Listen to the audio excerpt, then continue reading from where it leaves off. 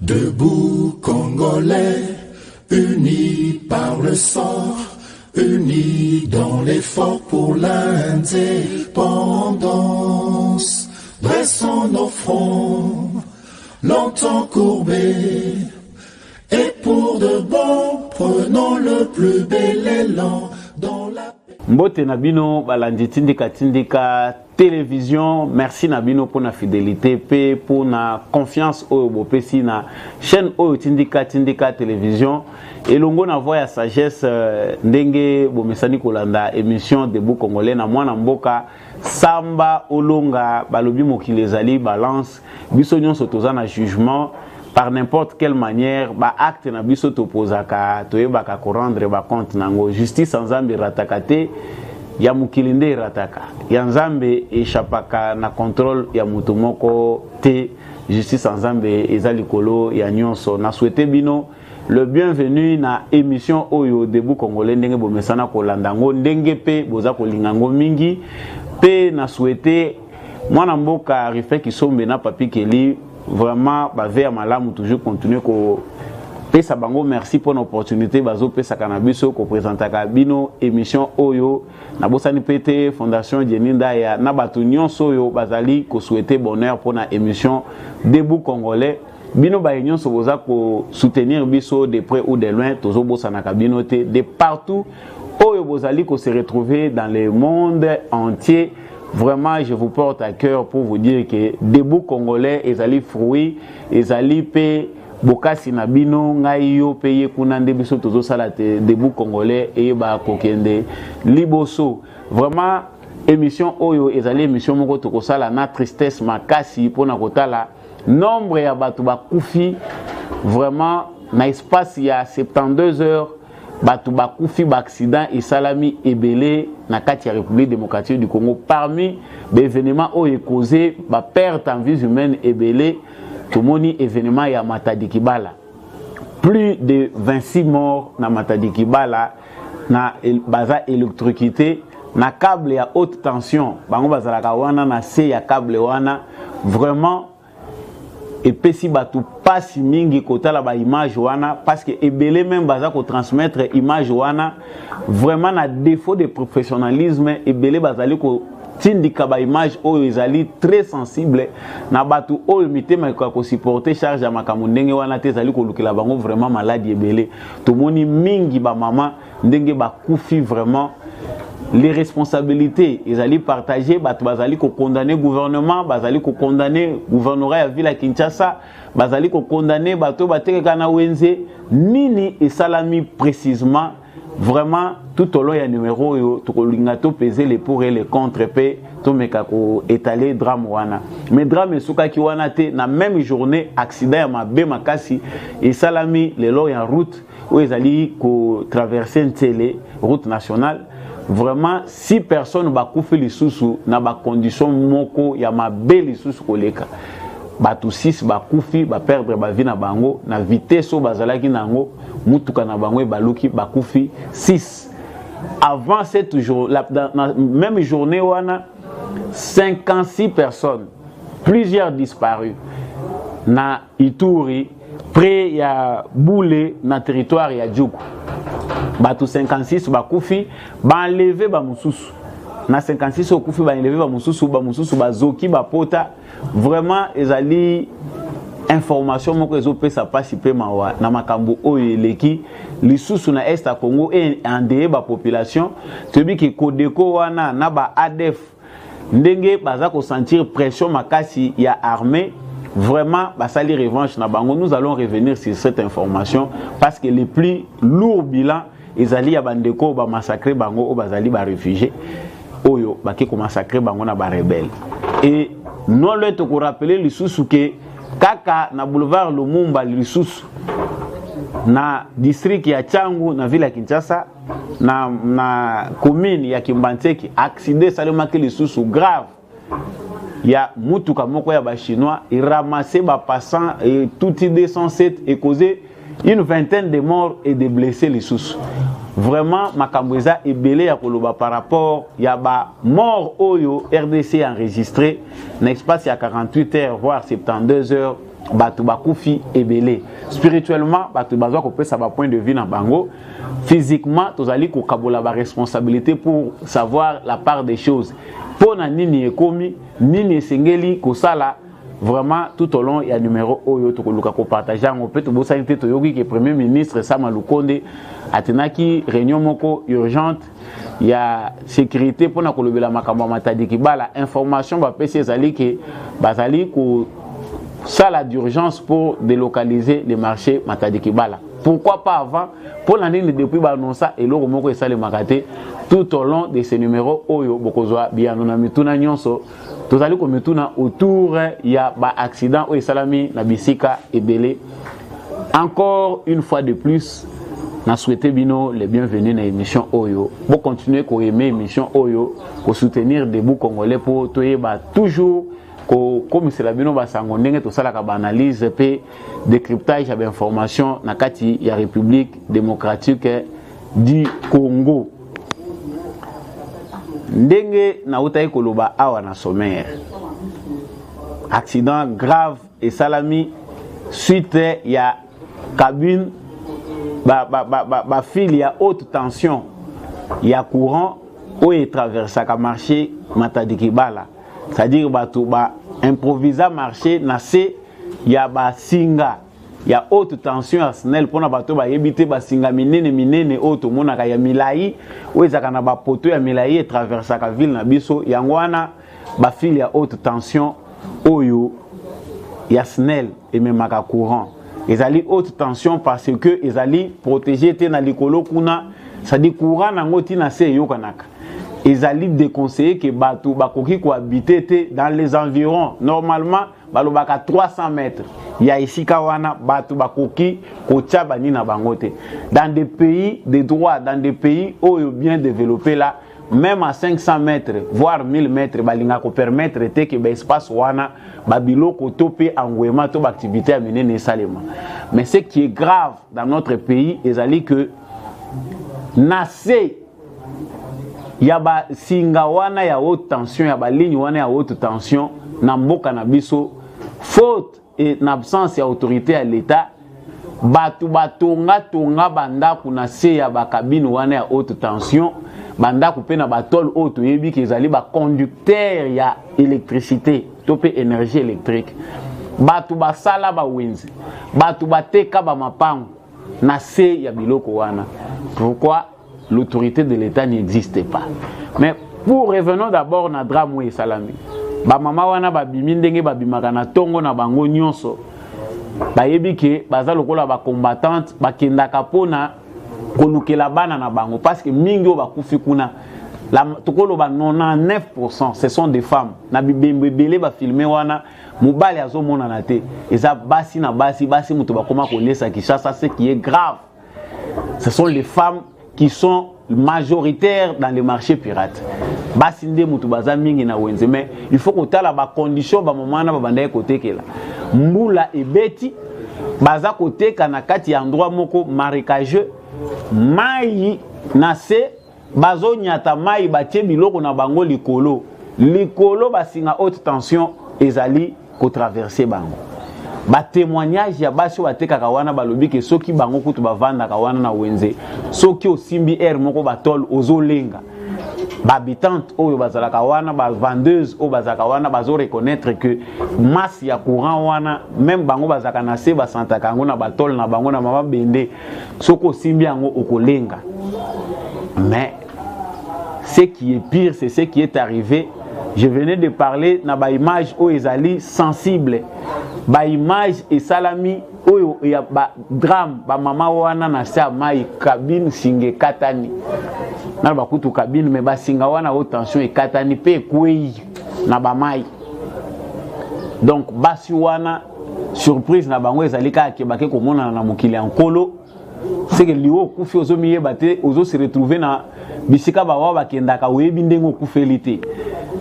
Ça dit électricité, ça fait très mal vraiment condition ba mama wana na biso ba kufi ebele bana na bango batikali vraiment il faut qu'on zanga mutema pona kozala sensibilité na oelekaki. Ce sont des images à ne pas regarder même bateau yo bazaka fort vraiment ebele baza vraiment kokoka maîtriser ba image wana te mais ezali pas si soki tozomona que na ba média mususu na ba réseaux sociaux ndenge tozali batu mususu bazali na courage ya ko balancer ba image wana uzui yango tandi image ya batu bakufi na ndenge c'est que les gens n'ont plus la culture, il y a sensibilité, il y a respect, il y a dignité, il y a batu kufa. Ça, ce sont les faits où il s'est déroulé. Mais bazali kotuna snel et zalaka lisusu société to snel les années parce que biso batozo ça la constat na biso to sito yebi que snel na compte ya ba société publique, ba société à l'état snel les zalaka sous société te. Parce que administration à snel baliaka na ba pan ba yebi lisusu même basinga na bango to yebi te soki baza sous na cartographie réelle ya basinga na bango. Est-ce que basala ka pas inventaire bato baza censé kotalaka observaka ba site nyonso ya snel place ezalaka est-ce que bazalaka lisusu ba pylone wana bacha o eza ko mema basinga ya haute tension est-ce qu'ils ont le temps d'aller inventorier kota l'état nango mabele soki ezali parce que ebujaka avec le temps banini wana ndenge mabele ezali ekoki ko s'effondre hein baveyaka pour kota la durée ya ba construction wana so ba moni que non ekomi dangereux par rapport ya temps oyo ba construisaki yango na temps il faut basala ba changement bakendaka ko changer yango parce que za biloko evieisaka parce que ici on est en train de donner des explications ba autorité nationale ba lobby ezali foudre mutu ekati singa wana foudre wana ba foudre betaka partout ba singa wana ezalaka.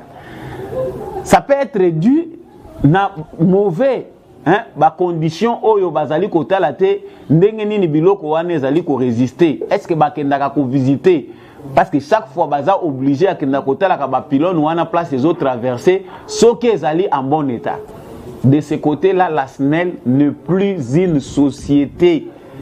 En tout cas le gouvernement congolais et loko ya SNEL toloba parce que awa tozo loba outre ya kokufa ya bato courant na Kinshasa tina Gombe partout la SNEL ne communique même pas koyebisa bato de quoi il s'agit pourquoi courir zo katana partout pourquoi bato musu bazo sala ba 5 jours 6 jours les gens ne savent pas avoir la vraie information parce que bayebi na bango ke bato wana bango baliaka ba dépendaka lisusu te na ba abonné na bango congolais et vivent des grands bailleurs bambongo eutaka ya minene yango bango bakipaka place o balukaka pour le peu d'employés au bazali soit ba journalier soit batuna bango batika tika wana ba vivaka na ba pan.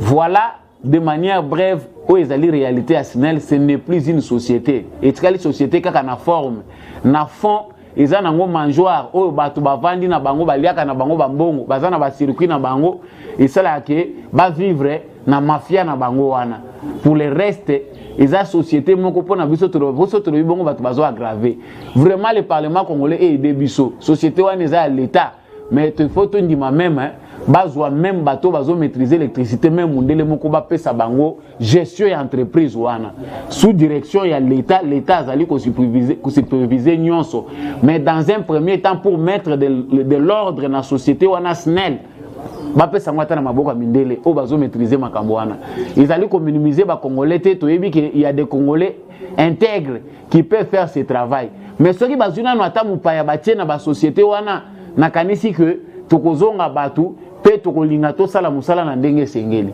mais direction ya SNEL bakoko pesa ngona no ata na mutu moko boye ba pesi na no administration wana na ba étranger o bazo maîtriser makambo bien ba congolais ba yebi musala mais sérieux ezati. Ça c'est pour la responsabilité qui concerne la SNEL to yebi que za société te mais la responsabilité numéro 1 incombe à l'État congolais.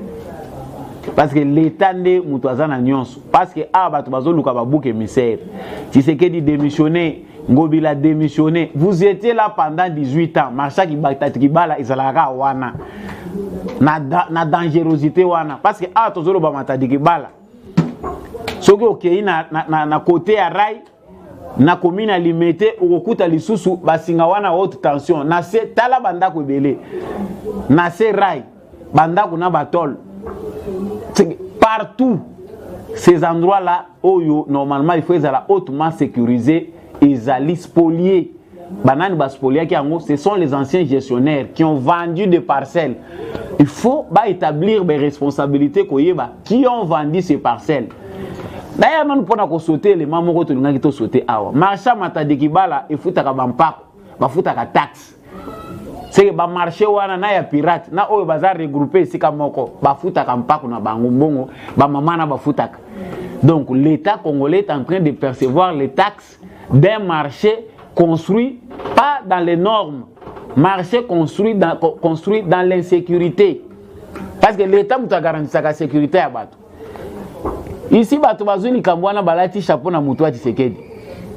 Balobi il faut démissionner aux sécuriser batute kalawana pour botongela batu wenze bosala kinini batu suko bakufi boza ko partager mawana batu mawande ko sala batu nini parce que les Congolais aiment beaucoup parler mais réfléchir il y a moins de philosophes chez nous tozo finga na tête yebi ba Congolais ndenge to komi ba Congolais bazo zala lisu philosophe te on a beaucoup de gens intelligents mais moins sages.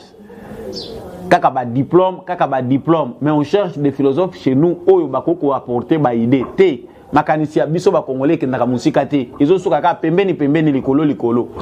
Mais ici quand on réfléchit profondément il faut to kabola ba responsabilité. Pour ceux qui ont l'information yo yebi vraiment que cabine oyo ba pylône oyo ya haute tension ezali danger même pour la santé ya bato. Tant que la courant est traversé, ils ont créé un cancer, une maladie belé. Aujourd'hui, au sombi le pan, bah écoutez que le sombi. Battez que le pan place érosion au sombi. Bazote comme pan place en zété des malfaiteurs. Oh bah côté l'administration à Congo, bazan affaires foncières, bazan urbanisme, bazan habitat. Tout au long il y a 18 ans à Kabila. C'est pire que les 32 ans de Mobutu. On a vendu des concessions dans des endroits. Ils ont kapona makambo électricité. Ils ont abisika belé même pembeni ya ba mai. O batu lelo soki érosion yé et emporter banda kwa batu. L'État ta la biso likambo oyo. Nani atekela bino mapango. Nani acha bino pembeni ya mai. Na ba endroit wana ya insécurité. Nani atekela bino mapango. Yo sombaki mapango ndenge nini. Vraiment c'est triste. Nous plairons nos frères, nos sœurs. Oyo bakufi na drame oyo, mais c'est aussi le temps pour nous d'interpeller total tozonga na ba conscience na biso.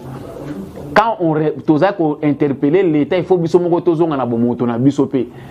Yo esika no yebi ke mai ekotela ka bato ebuka ka banda. Oke ko somba lupango ndenge nini po lobi l'État ya kokota likamu na yo.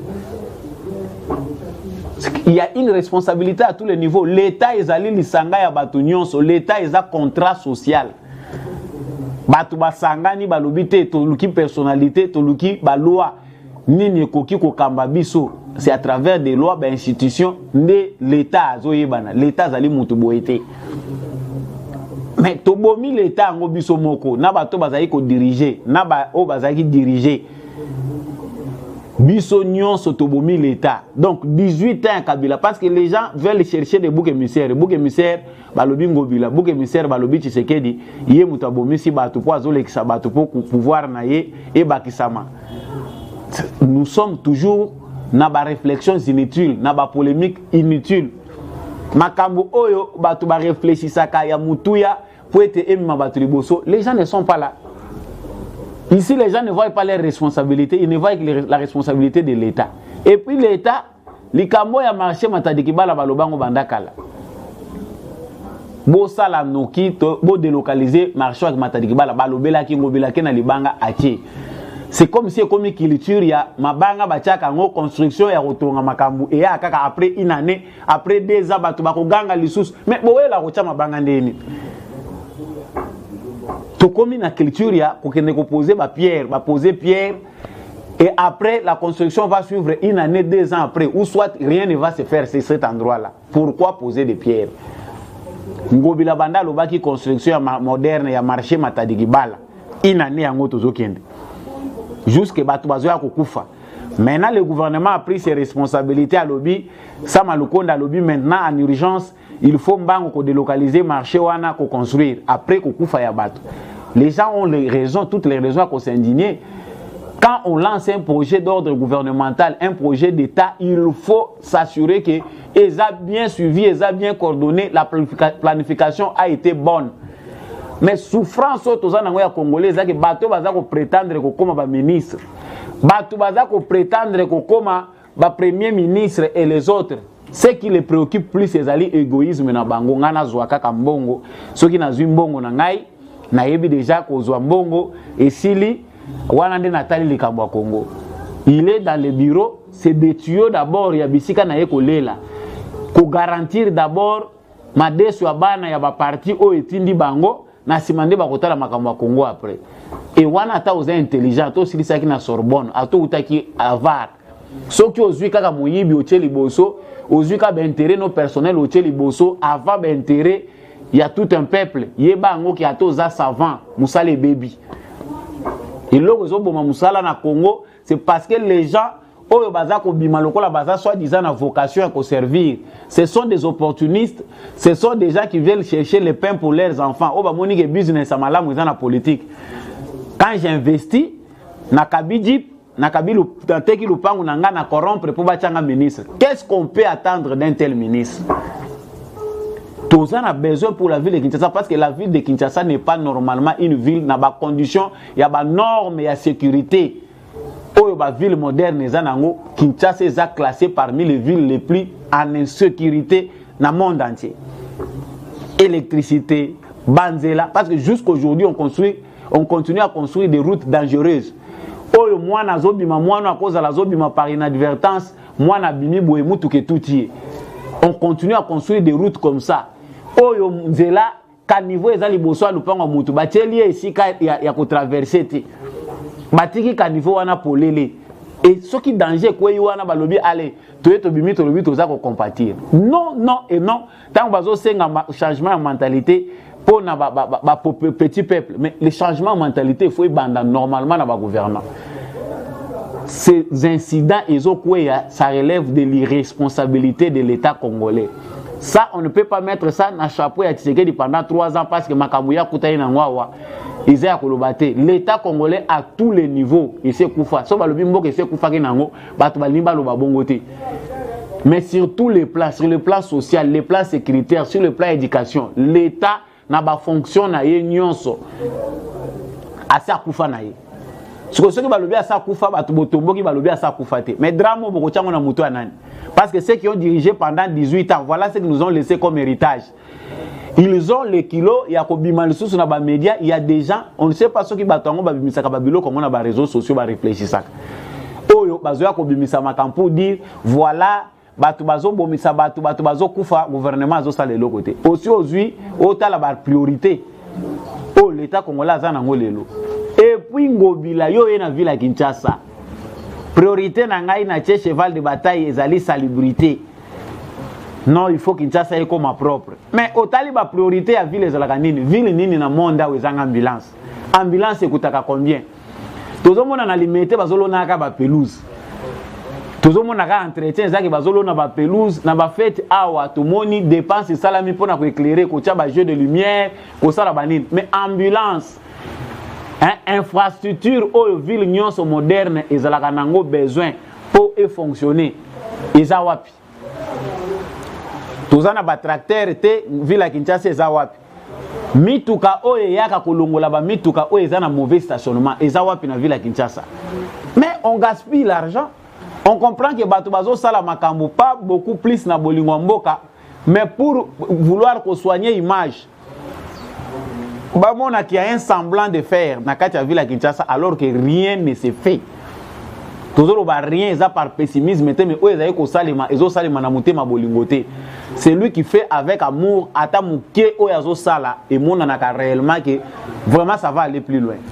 Mais il y a des gens qui chantent Ngobila nouvelle citoyenneté, voyez ceci, mais na kati ya gouvernance nouvelle citoyenneté za la kati. Gouvernance à ville qui dit Kinshasa est médiocre. Malgré ce qui s'est fait, malgré Bambongo Bazako disposé pour nettoyer la ville de Kinshasa, il n'y a pas une bonne planification. Toujours le bangote par sentiment ou bien toujours le bangote pour ngobila ko kabela biso Bambongo to koma ko lobela ye non. la ville de Kinshasa, ce qui s'est fait, qui ne peut pas, ils ont salé maka par complaisance, ils ont salé maka pour soigner l'image. Bamona ke mutazo sala, mais sous-bassement ezati. Oh, nyon sezo koma, la plus grande responsabilité, ils allaient couper na mutu ya l'État congolais. Que ceux qui sont animateurs na kati ba institution na biso baye bake, c'est grave, l'heure est venue pour réinstaurer l'autorité à l'État. L'État ne se fait pas sentir. Les gens vivent en insécurité. Ceux qui 16 millions, ceux qui 15 millions d'habitants de la ville de Kinshasa vivent en pleine insécurité sur tous les plans. Et le rôle de l'État, ils allaient assurer la sécurité à Batu. Ceux qui battent en sécurité, c'est l'État Zawapi. C'est très grave. On ne peut pas s'éterniser l'information. Oyo, nakanisi, ba mort n'engé trobaki awa na début information, ba mort, ba ezé belé. Nakosu qui s'en a point où ils allaient sur le domaine spirituel par rapport à bateau, ba koufi belé boy. Tout le monde peut na est à Congo, ba rebelle, le ko la ba sentir que bazo tcha bango état de nuire, bazo kanga bango mingi, les ADF, Kodeko, baké ko ça la massacre ciblé na kati ya quand ya ba réfugiés. On dit ici c'est que c'est près de Boulé en territoire de Djougou. Na kati ya Ituri.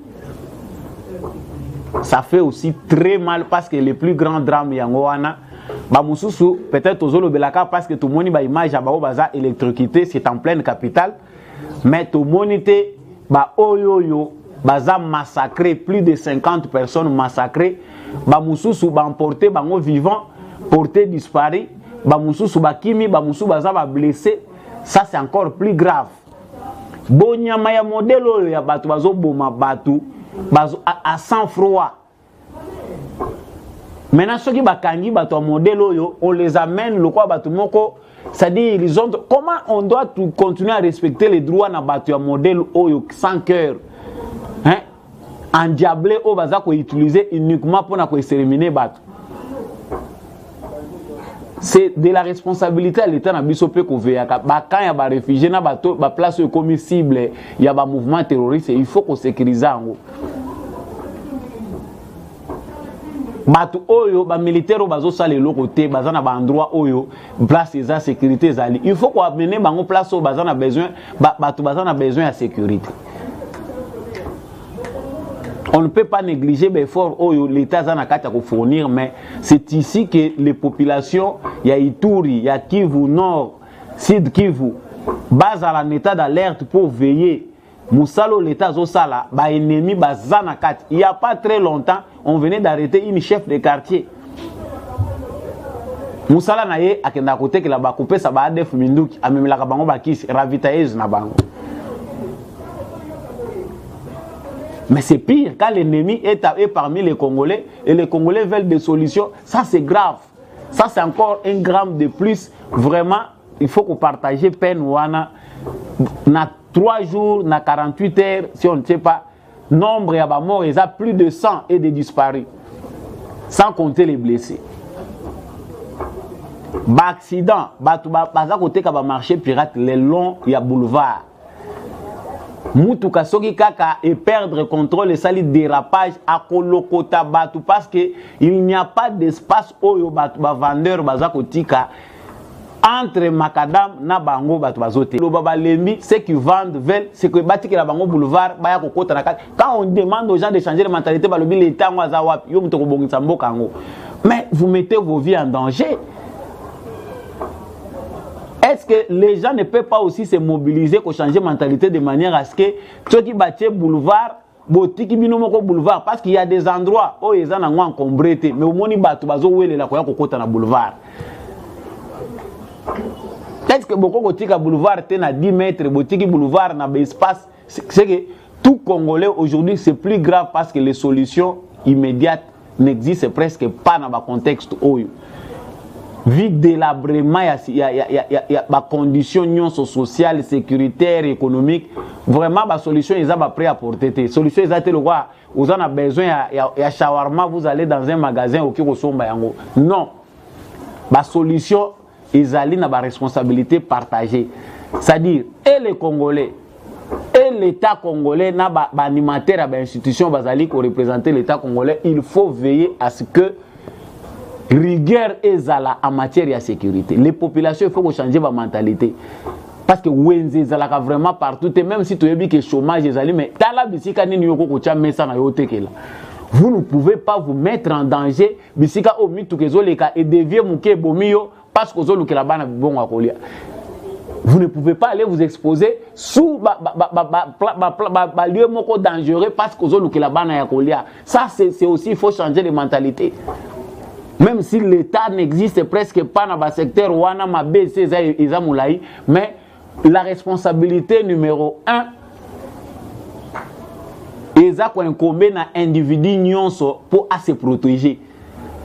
C'est ce qu'on a na mwasi na yo yeko tale bisika teka katala ici kama la mwazo teka la wapi parce que entre temps ici que l'État congolais réagisse totali ba urgence sur l'État congolais azanango totali makoki à l'État congolais eza difficile l'État congolais à résoudre ba problème nyonso o ba congolais baza kotala sikao eza passe. L'État congolais n'est pas en mesure, vu les moyens au Bazanango, il y a pour résoudre tous les problèmes. C'est que les problèmes doivent être résolus progressivement. Ici, on cherche à Kozong Sabatunanzela, mais quand on va à Lukanzela, ko yibela kabambon, 10 millions, 20 millions. Ça, c'est plus grave. On ne peut pas tout dire tout au long, il y a numéro Oyo, Tokolubelango, Nyon sauté, mais vraiment, tous qui vraiment sensible na oyeleka ki na kati ya mboka na biso pour chiter par rapport au point spirituel bato bokenda kovanda na l'église bozo sala ba 7 jours à jeûne à sec 3 semaines yo zala ka na église balinga ba luka yo vandi ka na église bato yo bazui église esika réfugié za nango mabete tout le monde n'importe quelle religion ba retraite ça le mak toza peuple moko très proche na ba église qui est proche na Nzambe. Nzambe bazo lukayena mutema, Dieu a besoin du cœur, Dieu n'a pas besoin, il y a ma présentation au toza ko sala. Ces drames qui viennent d'arriver, c'est aussi les pires où ezako lukasa dit ba ennemi ya mboko bazako besoin kaki ba drame, il y a ba massacre, il y a ba tebele, makila ba congolais continuer ko couler. Depuis l'accession de Félix Tshisekedi au pouvoir, tozo kontumona ke bandokinyo sona obalala ki tous les méchants esprits sont maintenant debout pour na ko exterminer ba congolais. Il faut qu'on ajoute des drames en drame. Bolongwe makambo ya ba volcan, beaucoup ina ba oyo, beaucoup ina ba inondation. C'est-à-dire les esprits méchants, bino batu bozo sambela, batu nyonso boza ko partager, boza en unité spirituelle. Sachez que les esprits méchants oyo assiégé qui Congo, na kanda ou bozo déloger bango, il faut pas blaguer. Il faut vraiment qu'on réajuste bâtir na bino bien ko boka bango bisike sengeli parce que kanda na bango yango toza na kata ko monde. Et puis pour moi, que le Congo a délaissé. Les 50 morts du Congo ne disent rien. Ce n'est pas l'actualité mondiale. 100 morts, ça ne dit rien. 20, les lots 50, lobby 30, 40. Actualité mondiale. Je suis Congo, on a tout le monde en côté na banine. Mais biso se bapoka na bango, ba fait 2 personnes, 3 personnes, biso toza bango. C'est le temps de revaloriser notre pays. Biso moko ne tokopé sa valeur na ekolo na biso. Apprenons à nous mettre nous-mêmes en sécurité. Biso moko to changer ma mentalité na biso. Pendant ce temps de méditation de deuil national par rapport à bandeko na biso to profiter na méditation on a pour na changer ma mentalité. Première sécurité na yo, première sécurité à bana na yo ezali yo moko oza responsable numéro 1 ya sécurité na yo. Changeons nos mentalités, changeons maintenant. Soutenons ba mesures au gouvernement azali kozwa tozala éveiller na vigilance citoyenne pour moyibi ici là mabe ici là nakati ya mboka na biso.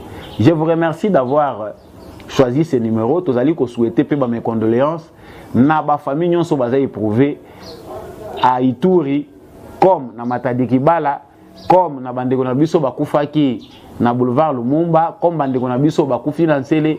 Vraiment nous sommes tous ensemble na mabe oyo ekoyeli bandeko na biso. Nous restons forts malgré nos tristesses. Nalobi merci ndenge bolanda kinga merci pe na équipe technique ya accompagner kinga ya ndeko chaque on ndeko Mike merci na équipe mobimba etindika pe bato nyonso bazali kota loboko na émission Debout Congolais pe ba kokende liboso nalobi bye pe to monani prochainement.